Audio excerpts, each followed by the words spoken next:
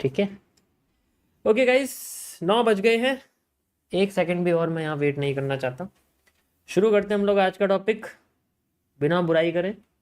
ठीक है।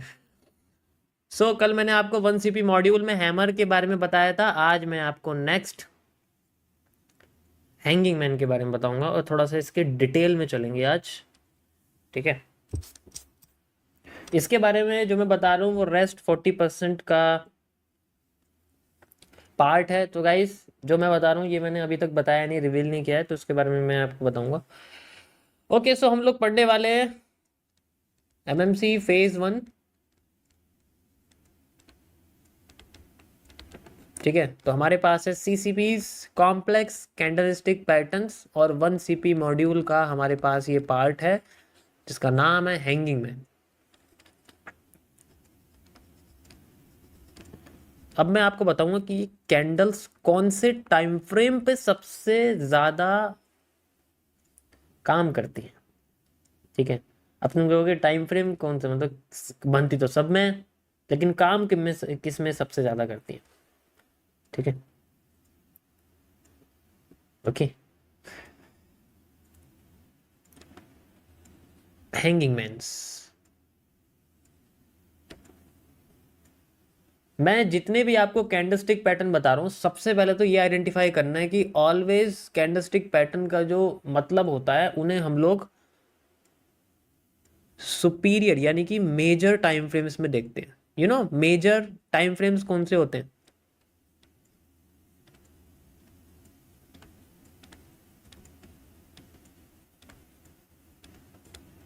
Major time frames होते हैं जो आपके आवर्स में रहते हैं या डेज में रहते हैं, आवर्स में रहते हैं। ठीक है, आवर्स मतलब जैसे स्टार्टिंग होती है 2 आवर से और एंडिंग होती है 12 आवर तक। ठीक है, तो ये आपके जो टाइम फ्रेम्स होते हैं, इन टाइम फ्रेम्स में हम लोग कैंडलस्टिक पैटर्न्स को देखते हैं। अब सोचो कैसे देखते हैं, क्योंकि अगर हमें कोई एक कैंडल बॉटम पे दिख गई, अब वो उठाएगी या गिराएगी, कोई एक काम तो करेगी। अगर वो टॉप पे है तो गिराना शुरू करेगी, बॉटम पे तो उठाना। तो अगर एक कैंडल बन गई तो एक बायस क्रिएट होता है। उस बायस को फाइंड आउट करने के लिए सिंगल एक कैंडल की जरूरत है बस, और वो भी सपोर्ट पर। देखो 100% कभी कोई चीज़ काम नहीं करती, कुछ तो करती है। बस उस कुछ में से कुछ चाहिए ताकि कुछ बन जाए बहुत में से। ठीक है, बहुत मतलब 100% बैलेंस में से 1% में से 1% बन जाए, 2% बन जाए, वो सारी चीज़ आप कह सकते हो। ठीक है, और डेली टाइम फ्रेम सबसे बेस्ट रहता है for finding this. One of the powerful, इसमें जो कॉन्सेप्ट है हाईजैकिंग जिसे मैं बोलता हूँ, याद होगा आपको। ठीक है, पुराने लोगों को अच्छे से याद होगा। हाईजैकिंग 1 डे के टाइम फ्रेम पर one of the best accurate pattern की तरह काम करता है। इससे बेस्ट कॉन्सेप्ट नहीं है, इससे बेस्ट कोई कॉन्सेप्ट नहीं है, इससे हाईएस्ट एक्यूरेट कॉन्सेप्ट नहीं है लार्जर टाइम फ्रेम पर देखा जाए तो। आगे चलते हैं हम लोग, let's find out. Okay, hanging man.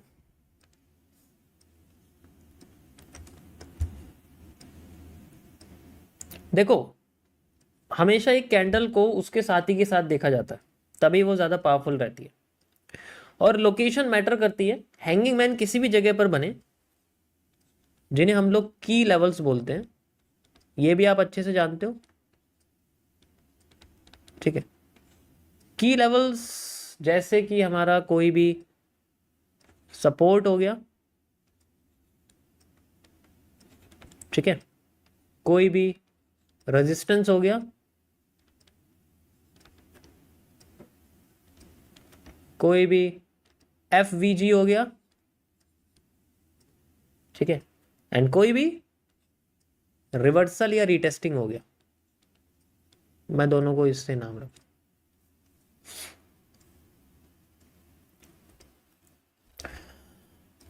अब इन सब का इंपॉर्टेंस इसलिए है क्योंकि इन जगह पर आने वाले जो हैंगिंग मैन हैं उनके हर जगह पर अलग अलग काम होते हैं, और सबसे इंपॉर्टेंट है इनका रिपीट होना, जो कि मैं आपको ROS में आगे बताऊंगा, रिपीटेशन ऑफ स्ट्रक्चर्स, और ROC रिपीटेशन ऑफ कैंडल्स, वो आगे बताऊंगा कि कैसे कैंडल्स अपने आप को रिपीट करके बिना किसी कैरेक्टरिस्टिक्स के अपने आप को काम कर। अभी लाइव में आपने देखा, मैंने वो स्ट्रक्चर आपको रिपीट करके दिखाया और मार्केट वहीं से बूम कर गई।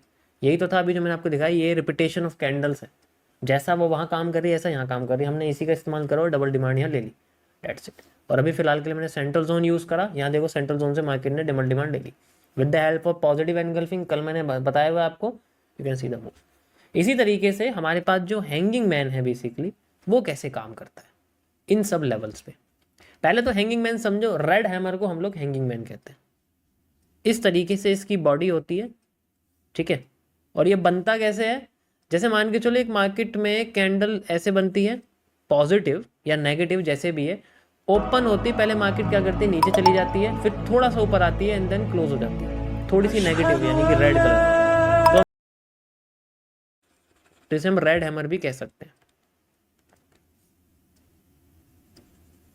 ठीक है। अब इसकी सबसे बड़ी कैरेक्टरिस्टिक्स है, सबसे ज्यादा क्लियर दिखने वाली आपकी जलपरी की तरह होगी, यानी कि लुभावनी आप कह सकते हैं, ठीक है। ये आपकी जलपरी की तरह होगी, ये आप अच्छे से जानते हो, कल मैं इसके बारे में एक्सप्लेन कर चुका हूँ, जिनको नहीं पता कल की स्ट्रीम देख सकते हो आप। अभी अकेली नहीं, इसको अकेला देख के हम ये नहीं पता कर सकते, अगर ये सपोर्ट पे है तो ये उठाना शुरू करेगी। हैंगिंग मैन उठाता है जब सपोर्ट पे रहता है, याद रखना। रेजिस्टेंस पे रहती है तो गिराना शुरू करेगी, एफवीजी पे रहती है तो उठाना शुरू करेगी, रिवर्सल या रिटेस्टिंग पे रहती है तो दोनों चीज कर सकती है, डिपेंड करता है कि इसके साथ जो कैंडल है वो कैसी है। अब हैंगिंग मैन के साथ अगर एक और रेड कैंडल बनती है ऐसे करके, तो अगर ये पैटर्न हमारे सामने बना हुआ है और ये किसी रिटेस्टिंग पर है, किसी रेजिस्टेंस पर है, या किसी नेगेटिव एफवीजी, इन्वर्जन एफवीजी आप कह सकते हो, उस पर है, तो ऐसे केस में इस पैटर्न को हम लोग बोलते हैं नेगेटिव एनगल्फिंग, ठीक है। इसको बोलते हैं हम लोग नेगेटिव एनगल्फिंग, और ये मार्केट में बियरिश मूव दिखाती है। तो सिंगल हैंगिंग मैन यूज करना बेकार है, इसको हमें एक और मारूबोजू के साथ यूज करना पड़ेगा जिसकी बॉडी इससे बड़ी हो और इसके लॉ को क्रॉस कर दे, एनगल्फ कर दे नीचे की साइड, ठीक है। जैसे हम लोग नेगेटिव एनगल्फिंग कहते हैं। It is one of the most powerful bearish pattern. Bearish engulfings में आता है ये, बियरिश एनगल्फिंग नहीं है, ये नेगेटिव एनगल्फिंग है। बियरिश एनगल्फिंग में ये कैंडल ग्रीन होती है। इसके लिए मैं आपको चार्ट पे लेके चलता हूँ and you will find out ये किस तरीके से काम करती है। एग्जाम्पल के लिए आप यहाँ देख सकते हो, ठीक है, ये आप देख सकते हो, ठीक है, ये बना हुआ है, ये एक तरह से आपका है, लेकिन ये लोकेशन थोड़ी सी आप देख सकते हो, सपोर्ट पे है, सपोर्ट पे काम, थोड़ी रेजिस्टेंस पे बात करी है मैंने। ऐसे कहीं भी बन जाएगी, इसको यूज़ नहीं कर सकते हम लोग। आई विल शो यू जो भी रेजिस्टेंस बनते हैं उस पर कैसे काम करती है ये, ठीक है। So hanging man with a red marubozu कैसे दिखेगी, कैसे काम करेगी, उसके बारे में हम लोग बात करते हैं। Let's find out. You can see this, ये देखो, दिख रही है आपको, ये पूरी की पूरी कैंडल बनी हुई है यहाँ पर। अब ये बनी कहाँ हुई है ये देखना पड़ेगा। This is formed as the breakout. इसने क्या करा है यहाँ पर, ब्रेक डाउन कर दिया, बेसिकली तोड़ दिया नीचे, तो हम इसको एनगल्फिंग कंसिडर कर सकते हैं। अगर ये सेंट्रल एरिया पे होती तो इसको नहीं मानते, सेंट्रल एरिया पे नहीं मान सकते, ये ब्रेकआउट करके नीचे गिर रही है, तो यहाँ पर एस आर या आर आर इंटरचेंज हो रहा है, ठीक है। सेम इसी तरीके से बना हुआ है। वैसे तो ज़्यादातर ये जो पोर्शन है इसे हम लोग शूटिंग स्टार के साथ यूज़ करते हैं, बट ये भी एप्लीकेबल है, ज़्यादातर मार्केट में ये चीज़ काम करती है, ठीक है। Just like this you can see again, ये देखो ये हमारे सामने बना हुआ है एंड ये दोबारा से इसने लॉ क्रॉस करा है with the help of hanging man with the red marubozu, and you can सी यहाँ से यहाँ तक की सप्लाई, यहाँ से यहाँ तक की सप्लाई एग्जैक्ट सेम है, फिर मार्केट उठ गई। नहीं दिख रही उठी हुई, अब देखो उठ गई। That's how we can use, ठीक है, समझ आया, सिंपल है ये। बट इसमें क्या है कि ज्यादातर जो इसमें जो मार्केट में आपको पैटर्न दिखेंगे ना, वो हैंगिंग मैन के साथ नहीं दिखेंगे, वो शूटिंग स्टार के साथ दिखेंगे। कल मैं आपको शूटिंग स्टार समझाऊंगा ना, तब ये अच्छे से दिखाऊंगा, क्योंकि हैंगिंग मैन के साथ मारूबोजू आसानी से बनती नहीं है, रेड वाली वो रेयर में आती है, इसलिए आपको हर जगह दिखेगी नहीं। तो इसके साथ ये बहुत रेयर है, आप कह सकते हो कि ये रेयरेस्ट में आती है, और ज्यादातर ये आप कह सकते हो कि मार्केट में या तो इंटरचेंजेस पे या रेजिस्टेंस पे दिखेगी। सपोर्ट पे बन रही है तो सपोर्ट क्रॉस करनी चाहिए। ये सपोर्ट का मतलब यही तो है कि क्रॉस करेगी तभी तो नीचे आएगी। अगर सपोर्ट पे बन के क्रॉस नहीं कर रही, आईएफसी नहीं बना रही, यानी कि जो मारूबोजू है वो ब्रेक डाउन नहीं कर रही है, तो उसका कोई फायदा नहीं, तब ये फेक हो सकती है। अब बात करते हैं, अगर इसके साथ हमें मान लीजिए इसके साथ हमें रेड की जगह ग्रीन कैंडल दिखती है और वो भी marubozu, and that is called a bullish engulfing. इसे हम लोग बोलते हैं बुलिश एनगल्फिंग। ये ग्रीन मारूबोजू होती है, ठीक है, ये रेड हैंगिंग मैन होती है, और इन दोनों के पैटर्न्स को हम लोग बोलते हैं बुलिश एनगल्फिंग। ये तो आप अच्छे से जानते हो। ये दिखने में सिंपल लग रही है, ये दिखने में बहुत सिंपल लग रही है, ठीक है। जब सामने आती है ना तब ऐसा लगता है फेक है, लेकिन जब वहीं से काम कर जाती है ना तब अफसोस होता है काश बुलिश एनगल्फिंग दिख जाती तो मुझे इसके अंदर छुपा हुआ हैमर दिखाई देता। Because if we combine this pattern, अगर हम इन दोनों को कंबाइन करते हैं तो नीचे से रेड कैंडल ग्रीन कैंडल का हिस्सा खा जाती है, न्यूट्रल हो जाता है, ऊपर का हिस्सा बचता है। तो अगर मैं इसको कंबाइन कर दूं तो इसका ऊपर से यहाँ तक का एरिया ग्रीन बचता है, नीचे का सारा एरिया विक बन जाता है। That is how the hammer works. तो एक बुलिश एनगल्फिंग के अंदर एक हैमर छुपा रहता है, इसलिए ये पॉजिटिव की तरह काम करती है। ये एक कंपाउंड है जो दो एलिमेंट से मिलकर बनता है। एक एलिमेंट आपका आप कह सकते हो हैंगिंग मैन है, एक एलिमेंट आपका आप कह सकते हो मारूबोजू है, ग्रीन मारूबोजू। तो ये दोनों मिला के हैमर बनता है जो कि इसके अंदर छुपा हुआ रहता है। दैट इज हाउ ये है CCC, कैंडल कॉम्बिनेशन कॉन्सेप्ट। हर जगह पर यूज करता हूं मैं इसका, ठीक है, समझ आया।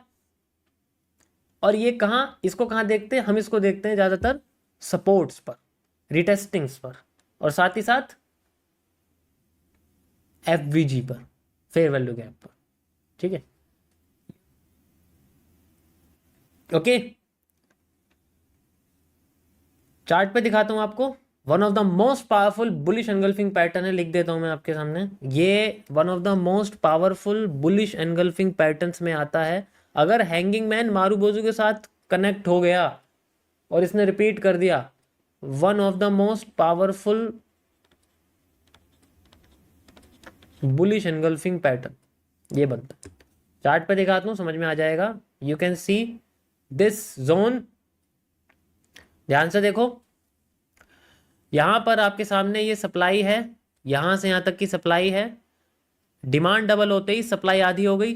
You can see the supply and this is the half supply of this. Supply आधी हो गई, आधी सप्लाई होते ही कहां आया है? बुलिश एनगल्फिंग आया है। हाफ सप्लाई पे बुलिश एनगल्फिंग आया है। One of the most powerful bullish engulfing pattern. You can see the demand, best demand.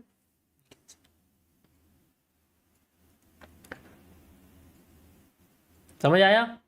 यहां तक समझ में आ गया? कोई प्रॉब्लम किसी को नहीं होनी चाहिए मेरे हिसाब से। परफेक्ट।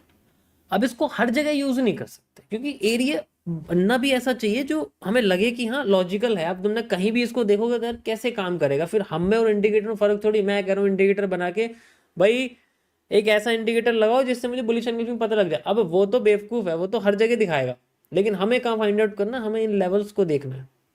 ये जो लेवल्स है ये ज़्यादा इंपॉर्टेंट है, इनको ही तो सीखना पड़ेगा, ये होते क्या है, ये बनते क्या है। इसलिए सबसे सिंपल बेसिक समझना पड़ता है कि ये दोनों क्या है, जिनसे लोग बचते हैं, ठीक है, जिनसे लोग बचते हैं उसी पे जाना पड़ेगा। क्योंकि जब तक ये नहीं पता लगेंगे तब तक कोई भी पैटर्न काम नहीं करेगा।